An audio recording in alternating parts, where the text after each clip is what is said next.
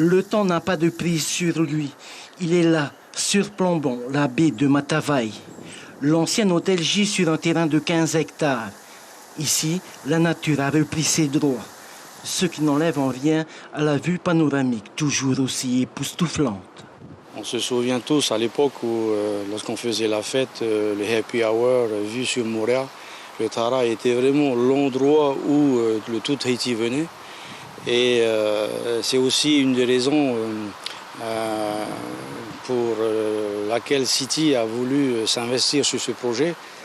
L'investissement global est de 15 milliards. Le projet concerne un hôtel 5 étoiles, 250 logements de luxe, 4 restaurants, des salles de réunion et surtout un petit centre commercial.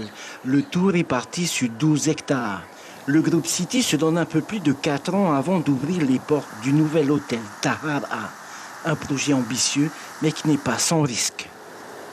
Donc aujourd'hui, ce n'est pas un risque non calculé, bien au contraire.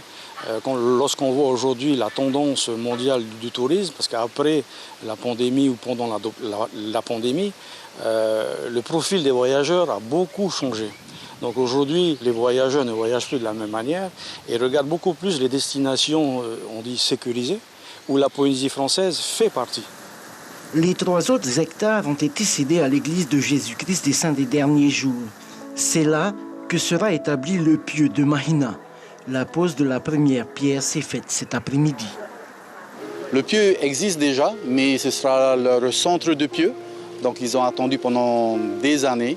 Et aujourd'hui, il est le moment pour eux d'avoir le centre de pieu. Ce sera un centre de pieu qui va accueillir tous les membres de la commune de Mahina et même Papeno et Tiaré. C'est leur centre ici maintenant. En plus de l'hôtel Tahara, le groupe City a programmé 3 grandes constructions sur Bora Bora, dans des hôtels 5 étoiles et plusieurs logements de grand luxe. Les travaux vont démarrer dès l'année prochaine. L'information en continu sur Polynésie la première, Internet et réseaux sociaux.